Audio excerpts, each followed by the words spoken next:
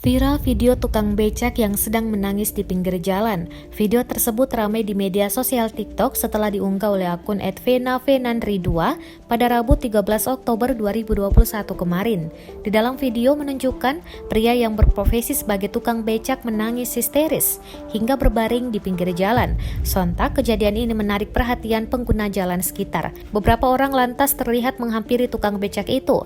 Ada yang tampak berusaha menenangkan bapak tukang becak itu sambil mengelus punggungnya. Belakangan diketahui, pria tersebut menangis lantaran kehilangan uang Rp500.000. Uang tersebut adalah tabungan dari usahanya setiap hari menarik becak.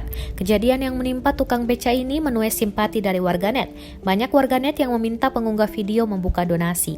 Hingga saat ini, belum diketahui siapa pria tersebut dan di mana video tersebut diambil.